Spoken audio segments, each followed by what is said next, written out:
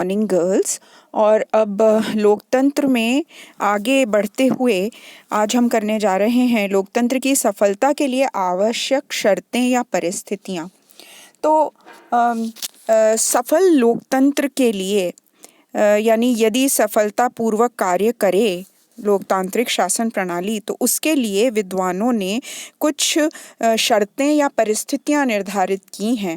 वो क्या होनी चाहिए कि लोकतंत्र जो है वो सही प्रकार से काम कर सके और उसके उत्तम रिजल्ट्स हमें मिलें।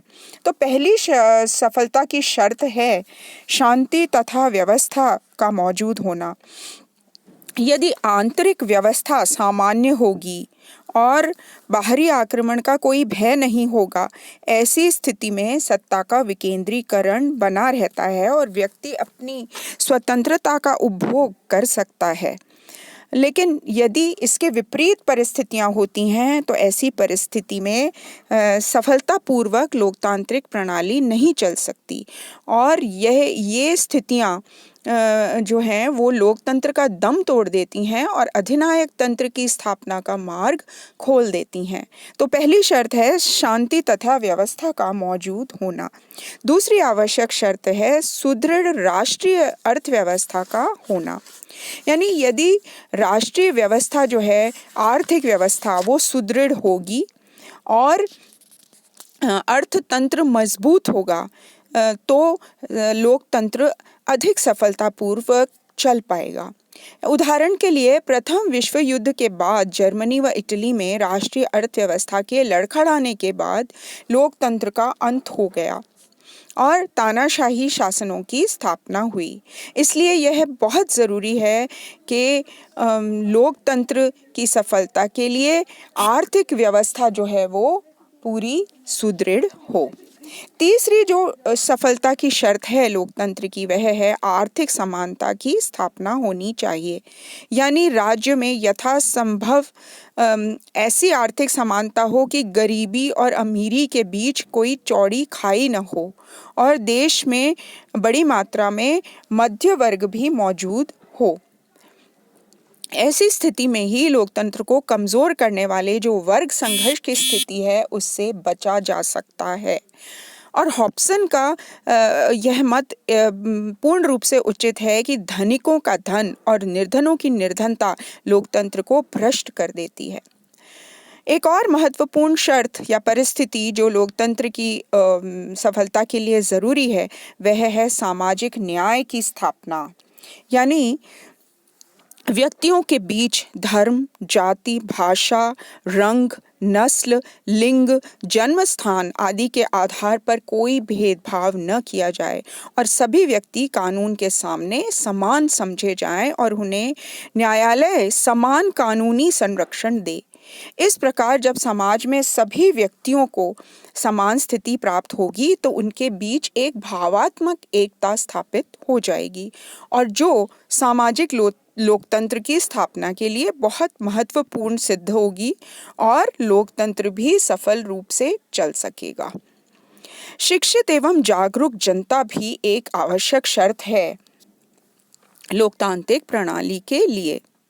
यानी शिक्षित जनता ही लोकतंत्र की समस्याओं को तथा इसकी प्रक्रिया को समझने में समर्थ होती है और स्वस्थ जनमत का निर्माण भी कर सकती है। और इसके अलावा जब जनता जागरूक होती है, तो सरकार की लोकतंत्र विरोधी नीतियां और कार्य जो हैं उनका विरोध करने में भी समर्थ होती है, जो कि अति आवश्यक है एक लोकतांत्रिक प्रणाली में। जनमत का निर्माण जो है वो उसके स्वतंत्र साधन भी लोकतांत्रिक देश में अवश्य होने चाहिए। उदाहरण के लिए स्वतंत्र प्रेस, साहित्य, रेडियो, सिनेमा, दूरदर्शन, ये जब सरकारी नियंत्रण में नहीं होंगे और ये सभा और सम्मेलन आयोजित करेंगे और संगठन बनाएंगे और उसमें उन्मुक्त रूप से अपने विचारों को प्रकट करेंगे, तब जनमत का निर्माण होगा। और ये साधन जो हैं ये शांतिपूर्ण ढंग से सरकार को चलाने में, यानी लोकतंत्र को सफलतापूर्वक चलाने में बहुत ही सहायक सिद्ध होंगे और लोकतंत्र की मर्यादा भी बनी रहेगी। तो इस प्रकार ये यदि सफलतापूर्वक कार्य करेंगे तो लोकतंत्र को बल मिलेगा। फिर नागरिक नैतिक व राष्ट्रीय चरित्र जो है वो भी बहुत आवश्यक है लोकतंत्र की स्थापना के लिए। जब किसी समाज में नागरिक नैतिक व राष्ट्रीय चरित्र श्रेष्ठ होता है तो वहाँ लोकतंत्र की सफलता की बहुत उम्मीद होती है और ऐसे समाज में व्यक्ति अपने अधिकारों व कर्तव्यों का उचित प्रयोग कर सकता है और सार्वजनिक समस्याओं पर लोकहित की दृष्टि से विचार करते हैं तो हम ये देखते हैं कि साथ ही नागरिकों के प्रति सहिष्णुता, उदारता, सहानुभूति, सेवा, प्रेम आदि का जो व्यवहार आपस में होता है वो राष्ट्र प्रेम को और सुदृढ़ बनाता है। तो इसलिए जनता का नागरिक नैतिक व राष्ट्रीय चरित्र सुदृढ़ हो तो लोकतंत्र भी सफल होता है। सत्ता का विकेंद्रीयकरण तथा स्थानीय स्वशासन, इसकी भी ये भी एक आवश्यक शर्त है लोकतंत्र के लिए। और अधिनायक तंत्र का आधार है सत्ता का केंद्रीकरण और दूसरी तरफ लोकतंत्र का आधार है सत्ता का विकेंद्रीकरण और इसीलिए स्थानीय स्वशासन के माध्यम से सामान्य व्यक्ति शासन कार्यों में रुचिपूर्वक भाग ले सकता है और उसे सही मायने में नागरिकता की शिक्षा भी प्राप्त होती है और वह लोकतांत्रिक प्रणाली से भी परिचित होता है। लॉर्ड ब्रायस के अनुसार लोकतंत्र का सर्वश्रेष्ठ स्कूल और लोकतंत्र की सफलता की सबसे बड़ी गारंटी स्थानीय स्वशासन का चलन है। तो इसलिए ये बहुत ही जरूरी है। नागरिक स्वतंत्रताएं, लोकतंत्र सीमित शासन के सिद्धांत को मानता है जिसका अर्थ है संविधान द्वारा नागरिकों को मौलिक स्वतंत्रताएं प्रदान की जानी चाहिए और इन स्वतंत्रताओं की रक्षा का प्रबंध भी करना चाहिए।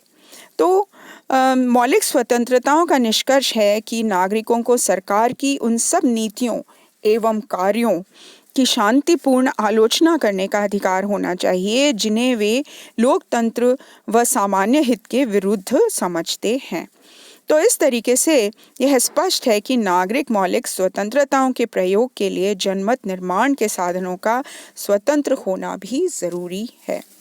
एक और महत्वपूर्ण शर्त जो लोकतंत्र की सफलता के लिए जरूरी है वह है